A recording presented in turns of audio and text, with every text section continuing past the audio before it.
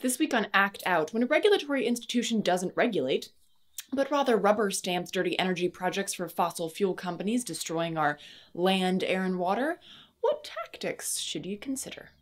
Next up, how corporate media is protecting racists and normalizing oppression. And finally, Freedom Day, or Juneteenth, is just around the corner. Eugene Puryear joins us once more, this time to talk about commemoration and the ongoing fight for Black liberation in this country. From tweets to marching in the streets, this is Act Out. Rockets! Blockade! Bulldozers swarm outside the checkpoint gate. An orange flash broke the hush and blew me into the street. I awoke next to the body of my baby. No! Welcome to Act Out. I'm Eleanor Goldfield, and this is your tipping point. If you've watched or listened to this show for a while, then you know that we've talked about FERC before, the Federal Energy Regulatory Commission. So, although a regulatory machine hasn't come close to keeping up with pipeline construction, even in theory, FERC is supposed to oversee the permitting process for interstate natural gas pipelines. And I say supposed to, because in reality, they don't oversee shit. They greenlight and rubber stamp whatever big corporations want them to hell with people or planet, and apparently also to hell with federal courts. In 2017, a federal court ruled that FERC had to consider the effects of greenhouse gases when reviewing permits for natural gas pipelines, something that FERC claimed that they didn't need to consider, because clearly natural gas pipelines never feed power plants that burn natural gas as a fuel. That is a conspiracy, just like climate change. Anyway, fast forward to today, or rather last week, and FERC decided that federal laws do not require it to consider greenhouse gas emissions caused by the production or consumption of natural gas that would inevitably result from the approval of a pipeline project. Of course, it's not up to the people who hand out permits like shady drugs at a frat party to ever worry about the consequences. It's clearly also not up to the people who supply those drugs or the people who make those pipelines to worry about the consequences that arise from it. It's only up to the people being raped. Did you buy land in a beautiful rural area? Well, you should have considered how beautiful that would look to a gas company. Is your air, water, and land poisoned, irreplaceably damaged, or destroyed? Well, you should have thought about how important the natural resources were, and how no price is too great, no subjection or oppression too far. And if you're uncomfortable with me comparing FERC and big oil and gas companies to rapists, you should be, because they're all low-life scum. You low-life scum. Legal action against projects, institutions, corporations, and people should always be considered. But a problem that oftentimes crops up is, how do you enforce it? How could a federal court ensure that FERC really does consider the effects of greenhouse gases? Another example, just last week, construction of the Bayou Bridge pipeline continued in and around the Louisiana town of St. James, despite a judge's ruling that a state agency wrongly issued a permit allowing this oil pipeline to be built without an emergency and evacuation plan for the vulnerable town. A follow-up judgment formalizing the initial ruling came on May 15th. And this echoes what happened when I was down there earlier this year, workers continuing to work despite a court-ordered work stoppage in the Atchafalaya Basin. And for those who didn't see that episode, get some backstory on this ongoing pipeline fight in episode 151. And here again, as we've seen for many months, pipeline fighters and water protectors headed to the construction site, employing direct action to confront workers and thereby the corporations and the systemic malfeasance behind them. In other words, what we've seen down in Louisiana, up in Pennsylvania, in Virginia, and West Virginia, in California, and Washington State, anywhere and everywhere, we see the need for direct action, always. And this is not to suggest that court rulings never work. I firmly feel that no tactic should be taken off the table. You never know when it'll come in handy. Don't ignore the courts. Don't shove them aside. For example, the necessity defense is gaining popularity. But don't put all of your hope in the power of our justice system. After all, it's the same justice system whose Supreme Court handed down a decision last Monday that will enable employers to engage in small-scale wage theft with impunity, as long as they spread the impact of this theft among many employees. And of course, it's the same justice system that upholds our prison industrial complex, our corporate oligarchy, our accelerating suicide via climate change, etc., etc. You get the point. Courts can be powerful tools, but they can also work against us, and they very often lack enforcement. Direct action should always accompany any legal or petitioned path for change. So, this June, in conjunction with the ongoing Poor People's Campaign work happening now in DC, Beyond Extreme Energy will host 3 days of sharing, training, art builds, and action starting on the morning of June 23rd. Called Crack FERC Open, BXE intends to devise actions which can further open up the cracks in FERC's leadership and structure, feeding off the dissenting opinions voiced within FERC and the rising awareness outside surrounding FERC's despicable track record. To learn more about these actions and to sign up, visit beyondextremeenergy.org. So you may have heard about this not at all new trend where white people are calling the cops on black people for, being black. If you caught episode 160, you'll recall our interview with Michelle Sahin, the woman who first stood up at the Starbucks in Philadelphia to decry the arrest of 2 young black men who were simply waiting for a meeting while being black. You may be aware of this. You may even know of other instances that seem to have suddenly cropped up and flooded corporate media, as if other people and businesses out of nowhere wanted to make sure that Starbucks wasn't all alone in that pantheon of scared white people calling the cops because hundreds of years of embedded systemic racism told them that black people are scary, and they never stopped to wonder whether that's fucked up or not. Picnickers, a napping Ivy League college student, golfers, a new neighbor, Airbnbers, you name it. Now, as with killer cops, these instances are nothing new for black folks. It's just that, thanks to anti-racist movements, these stories have a newfound access to the national and corporate media stage. And this is important, of course. But what's equally important is to recognize how these stories are being spun. There's no such thing as objective reporting, and if anyone knows that, it's corporate media. Earlier this month, Fairness and Accuracy in Reporting ran a survey of coverage of 4 recent racial profiling cases, examining articles or segments in the New York Times, Washington Post, and USA Today, on NPR, CNN, Fox, and the CBS, NBC, and ABC Evening News, as well as in major papers in the region where the incidents occurred. Almost across the board, while the accused names and personal details have been made public, the accusers remain unnamed. Though equally newsworthy, they were allowed to retain their anonymity. In other words, the racist, the scared white folks get to literally hide their shame, sending a message to other scared white folk that their phone calls might also be graced by such a favor of journalistic malfeasance. Racists see that they can get away with their racism because all it costs them is a free phone call, while it costs their targets, at the very, very least, a profoundly degrading, time-consuming, and grossly unnecessary experience. And very often it costs them a lot more. As Miranda Spencer wrote in her coverage of this FAIR survey, such incidents can lead to a loss of innocent lives at the hands of armed police, as the families of Philando Castile and Sandra Bland know all too well. Failure to attempt to explore and publicize the identity and background of people who overreact to the presence of people of color means such injustices will continue to happen. And furthermore, the coverage of such events isn't just limited to gaping holes of key information, it's horrendously skewed to once again appease the racists. The FAIR report also notes an NBC News report which read, "Racial bias or an honest mistake?" Another report from Fox News reads, "Officers in Starbucks incident did absolutely nothing wrong, Philadelphia police chief says." This kind of twisted reporting normalizes racist behavior and protects the guilty, while parading the innocent in a show typically reserved for the guilty. Whites get the message, it's okay to be racist, it's okay to overreact. The system and the media will protect you.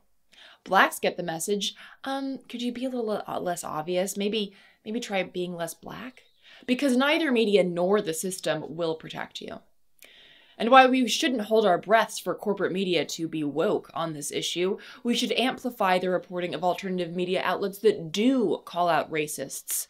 Like Sarah Brash, the white student at Yale who called the cops on another Yale student who happened to be black while napping. We should use social media to spread the word and demand that racists be held to account, not protected.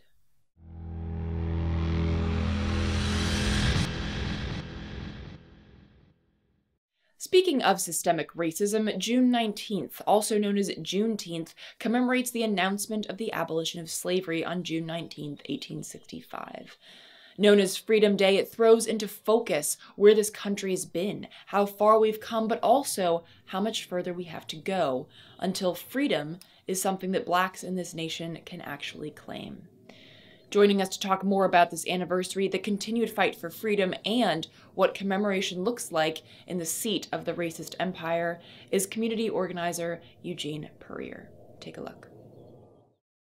Well, I think it's extraordinarily important here. I mean, in general, the Juneteenth holiday and its history of Black America. I think it's very relevant here in the District of Columbia because the way Juneteenth became really a national holiday. I mean, it's certainly that had spread for some time after 1865 around the South to some parts of LA and Southern California, where a number of people who migrated from Louisiana and Texas were living. So it was a regional-ish holiday in a few other places. But in 1968, and here we are in the 50th anniversary of 1968, the assassination of Dr. King, he was, of course, as many people know, on his way to lead the Poor People's Campaign here in Washington, D.C. So after he was assassinated and the Poor People's Campaign went on, took place, Resurrection City was built here, there is a day known as Solidarity Day where people came from around the country to show solidarity with Resurrection City, the Poor People's Campaign, in a big, massive march. That was on June 19th of 1968, and it was held on that date in commemoration of Juneteenth.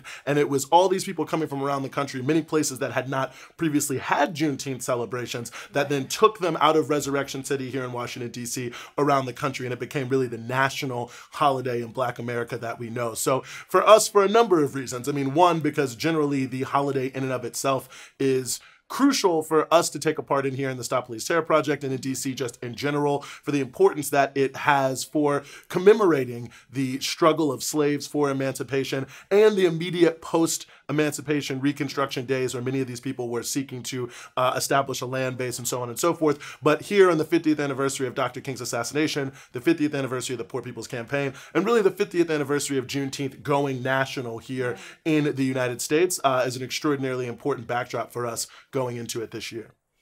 So this question is perhaps a bit more philosophical, but the concept of emancipation around Juneteenth is in some ways different today than it was back then, because this idea of being emancipated from slavery, which didn't really happen, versus today where there's a different sort of emancipation that's being looked at. Talk a little bit about the difference in the concept of emancipation today and also the similarities. Mm-hmm. No, well, I think it's a great point. And you know, it was W.B. Du Bois who said about slavery. He said, irrespective of anything else that you could say was good, bad, indifferent of how, you know, things were changing, there's a psychological benefit to being quote unquote free and not a slave. Like even being free to starve is in fact, I would say most people would find that preferable than to being a slave and being guaranteed 3 meals a day, right? And so I think that's one aspect that I think is important to recognize, is that there are a lot of similarities in many ways between like quote unquote chattel slavery and quote unquote wage slavery. The fact that you are dependent on someone else to make a living for sure, but there's also sort of a psychological aspect and at least having some control over whether or not you're choosing to make those compromises and the ones you're choosing to make. So I think that's one. I think secondarily, what we're also seeing now is that was specifically, I think, from a slavery perspective, about liberation from a human condition of slavery. And then the Reconstruction era was sort of a latter question, which was, what does it mean to be a free person in society? And what does that actually entail? And what does it require to have some level of social equality or equality of opportunity? And I think what we've come to see from that moment, Reconstruction, up to civil rights, was that it takes a lot more than just sort of formal equality. And so I think now what we're talking about, and I think that's why it's a more difficult conversation, is in an era of certainly formal equality, and an era of, I would say, sort of official diversity, right? Where like no one, even racists don't want to be called a racist. And even the worst corporations who have no interest in having women or black folk or whoever on the board are going to get some people in there just to avoid being critiqued, is what does it really mean to be liberated in a context like that, when on the appearance level, it can seem like, well, everything isn't perfect, but people have more opportunity, more ability to do things. But we're talking about living on the richest country in the history of country on earth. Why is healthcare not a right? Why is housing not a right? And when we're looking so deeply at so many of the inequalities that continue to exist, that's what we're really talking so much about. So when people are talking about emancipation, liberation, freedom, and this context, I think it's one, just the freedom from the lingering opprobrium of being black in America. So the ability to be shot down on the street by the police with no accountability, which I think is the biggest legacy of slavery left in America. That's one. I would say two, it's about sort of leveling the playing field from the point of view of social inequality. So why on every single social indicator are black people doing worse than white people on the whole? And then third, how do we actually get from point A to point B? And I think when we start to talk about how do we deal with social inequality, how do we deal with issues like policing and just like being branded as black in America and the violence that comes with it, we're talking more deeply about changes to the capitalist system, because we're talking about what the actual functionality of these things are. And you know, I always point out to people about, say, jobs. If you look at the amount of jobs created, like if we create 250,000 jobs in a quarter in America, people are like, that's the best ever. That's not even enough jobs to have full employment for black males over the age of 20. So that gives you a sense of the scale of what we're dealing with. And that's when we have to start really talking about capitalism here. And I think that's why you see a lot of the discourse around the movement for Black Lives and younger, more radical organizations made up of black people is explicitly anti-capitalist, because when we're looking at these problems, the scale of the problem is so vast just overall. And then when you look at the embeddedness of Black America and how it's an even deeper, more difficult problem to overcome, thinking about how do you create 1-2 million jobs at a time? How do you create millions of homes? And almost right away, how do you provide healthcare? How do you provide quality education with everything that people need? You're really talking about how do we get access to all of the resources we know that we have in our society, and how do we start to balance that? Instead of thinking about profit, think about people. And I think that's what we're really talking about when we're talking about emancipation here in the 21st century, is really emancipation from the, if I may, the shackles of capitalism. Yeah, it's interesting. I can't remember if it was Huey P. Newton or Bobby Seale who said we have two evils to fight: capitalism and racism. So they're not distinct in our society, but in the sense that you could get rid of racism, we'd still be a capitalist society. If you got rid of capitalism, racism would still be embedded in the fabric of this country, and how they're two things that we have to fight simultaneously head on.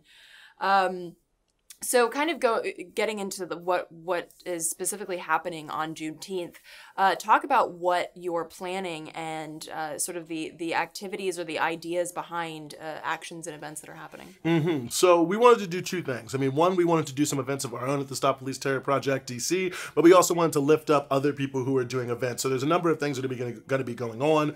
Everything from book talks that we're co-sponsoring to organizations that are opening up new facilities and doing events around, what they're expecting for community centers. There's also black businesses that are trying to do a big push on Juneteenth. So we're lifting up some events that are going to be highlighting what black businesses are existing in DC, encouraging people to shop at these businesses that week. We're going to be promoting a guide to black businesses in DC for people who want to buy black moving forward, of course, beyond Juneteenth. And we're also going to be having some educational pieces about police abolition, about the reality of policing, mass incarceration, what we can do to move forward. And we're going to end it off with just a big cookout in Marvin Gaye Park, which is in northeast DC, I should say, in the Deanwood area. It's called that because it's right down the street from one of several places Marvin Gaye grew up in DC. There's actually a little bit of competition between different places. He lived 3 or 4 places in DC, but that's what's there. It's over by H.D. Woodson High School as well. And we're going to have a big cookout. We're going to have a bunch of vendors, mainly younger black people who are entrepreneurs artists, people with t-shirt companies, people doing music. We're also, of course, going to have free food. I said it's going to be a cookout there. We're going to have organizations, not only our own organization, other groups that are doing work around policing, people who are doing work around housing, and really anything of note that we want people to be able to come out. So it's going to be a community fair, cookout, conversation. We're going to have some people giving some speeches. So we're going to try to have a mix of educational events, of events that are designed really on an organizing basis, of trying to promote local small businesses and entrepreneurs, especially Black businesses and entrepreneurs, and also to have a little bit of fun and to have a little bit of a celebration. So it's a little bit of a mix of everything that we're going to be doing here that week. And there was one thing that I saw on the page that I thought was interesting is about a prison letter writing campaign. And that's something that I've been seeing is getting more traction. Could you talk about that briefly, like the importance of those prison letter writing campaigns, not just to reach out to people, but also to sort of restructure how we think about the prison industrial complex? I think that's a great point. This is going to be our second prison letter writing event. And in fact, the first one was so successful, that's why we tried to make it one of the events here in the Juneteenth week of action. And basically what we've done is we partnered with some folks who are coming from the returning citizens community. We've been able to get a pool of names of people who are incarcerated, men and women, who they felt would love to hear from people. And it's sort of a twofold piece. I mean, one, I think that it's absolutely critical for people who are incarcerated to have a connection to the place where they're from, to people where they're from. It's been proven time and time again that is actually one of the key factors in both reducing and increasing recidivism, is how much of a connection do people have to the place where they've left and where they're coming back to. Because really that support network, people people you've been talking to, is essentially what's going to make it possible for you to find a way to make ends meet once you get back. So expanding the network of people who are out here and connected with the incarcerated population is actually increasing our ability to be more successful as a city and as a community with reentry by welcoming people back and helping create social ties, not only between people writing to them, but also between the families, the friends, and the relatives of who is being written to and those who are doing the writing, so that we're building more of a community and welcoming people back to a community, not welcoming them back with, a scarlet letter on their face or whatever, which is quite frankly oftentimes how we treat people. But also, we think it's important for people who, some of us who have been involved in this work have a lot of experience with the criminal industrial complex, criminal legal system, people who have been inside ourselves, whatever the issue may be, but a lot of people don't. And I think that humanizing people who are behind bars is critical, and regardless of what they're there for, because the reality is, and I think everyone knows this in their own life, people that aren't bad can still end up doing things that hurt other people. And that doesn't mean that we can just throw them away or act like they don't exist or treat them as if they don't have anything to offer. And I think that it's very important for us to be able to help people know more of who these people are. What are their likes, their dislikes? Where are they coming from? What are they hoping when they get back? What are the things they would like to change? All these different sorts of things that humanize people, which I think is absolutely critical if we're going to talk about having a society that really embraces, forget restorative justice, which is a whole other issue. It really is sort of on the front end of people going to prison, but on the back end, the biggest buzzword right now, everyone from the Trump administration to me is talking about the importance of reentry services, and we have to make sure reentry works for people. But the reality is, it's not going to be possible as long as the stigma of being formally incarcerated remains with people. And I don't know a more effective way to do that and to deal with that other than to humanize people in the good and the bad and create those connections between individuals who are in the community now and those who have been taken from the community to help prepare them to come back. And I think also to link people to families that have been and groups of friends so broken up by the system of mass incarceration.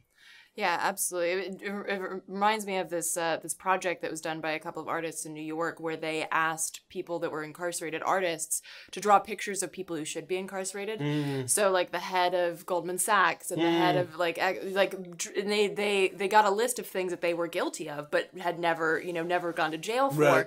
And one of the things that the artist said when they were telling me about this was, they were amazed. They're in jail for stealing something, or they're in jail for a drug offense. But these people have a rap sheet that's several pages long, where they contributed to even the deaths of thousands of people.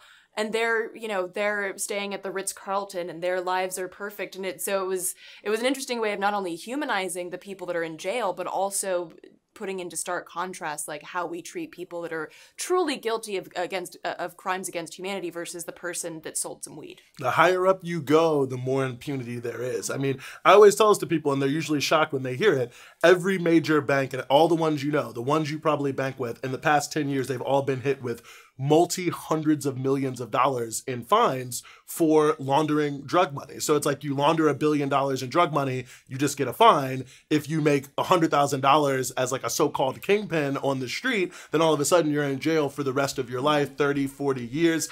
We can say the same thing about murder. If I kill 3 people, I'm going to jail. If I kill 300,000 people, I'm probably just a politician, you know what I mean? And I just started a war, or I'm doing drone strikes. I mean, it really is, the higher the scale of your criminality, the more impunity there is, because the more of an instrument you need to commit these crimes and commit these actions, and the more systemic it becomes. And it's so easy to criminalize the person on the lower end. I mean, when Trump announced that he was going to pursue the death penalty against opioid dealers, he wasn't talking about the Sackler family, but they're the biggest drug dealers out there when it comes to opioids. And we've seen from the records, in fact, and we know this for an absolute fact, that opioid companies were competing with the quote-unquote black market, and things like extended release Oxycontin were designed specifically to compete with the growth of people becoming addicted who are moving to the black market for different reasons. So these people not only are drug dealers, but they act like drug dealers, but they're so deeply embedded in our society and so big structurally,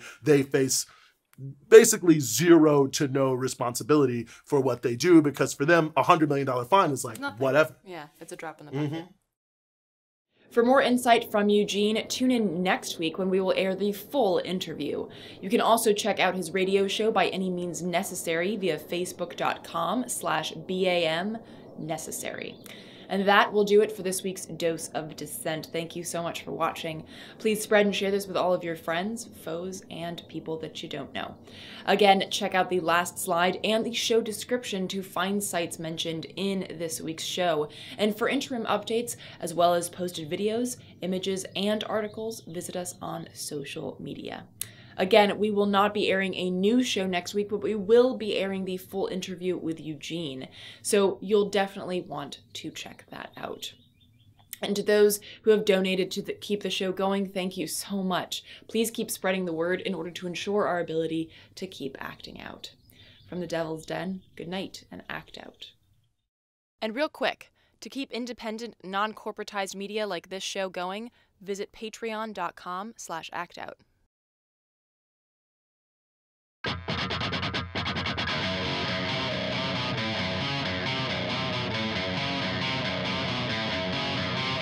can hear the boots are stomping. Come on, boys, let's get some rocks to throw. I can't stand to hear my father cry anymore. Time we left one of you motherfuckers dead in the road. We've been begging up inch by inch, we got nowhere else to go. It's been too many years since your push to serve my shove. I'm not a violent man, but